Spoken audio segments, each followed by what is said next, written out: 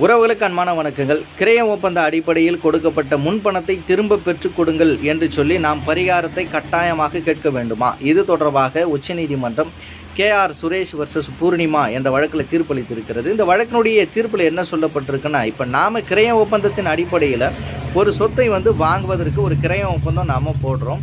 மொத்த கிரய ஒப்பந்த தொகையில் முன்பணமாக ரூபாய் 1,00,000 நாம் கட்டி விடுகிறோம். பிற்பாடு அந்த கிரய ஒப்பந்தமானது நிறைவேறாத ஒரு சூழ்நிலையில் அந்த கிரய ஒப்பந்தம் தொடர்பாக ஒரு வழக்கானது விசாரணை நீதிமன்றத்தில் நடந்து கொண்டு இருக்கிறது. அந்த சூழ்நிலையில் நாம் அந்த நிலமானது எனக்கு தேவையில்லை, நான் கொடுத்த அந்த முன் தொகையாச்சும் முன் பணம் அட்வான்ஸ் தொகையாச்சும் எனக்கு நீங்கள் திரும்பி பெற்றுக் கொடுங்கள் என்று சொல்லி நாம் அந்த பிளைண்ட்டில் நம்ம போடலை, பரிகாரமாக நம்ம கேட்கல.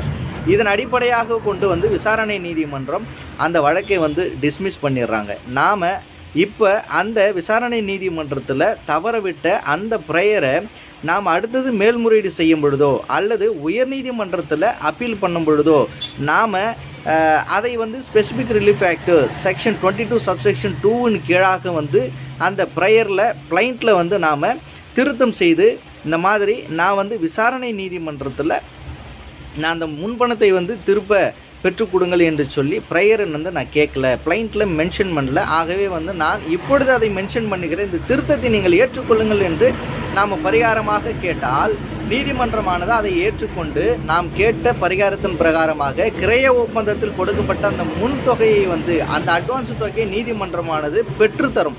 ஒருவேளை நாம் இது போன்ற ஒரு பிளைண்ட்டை நாம் கேட்கவே இல்லை, பரிகாரத்தை நாம் கேட்கவில்லை என்றால் அந்த முன் தொகையை திரும்ப பெற்று தர முடியாது என்று உச்சநீதிமன்றம் இந்த தீர்ப்பில் சொல்லப்பட்டிருக்கிறது. இதை பற்றி நீங்கள் தெரிந்து கொள்ளுங்கள். நன்றி.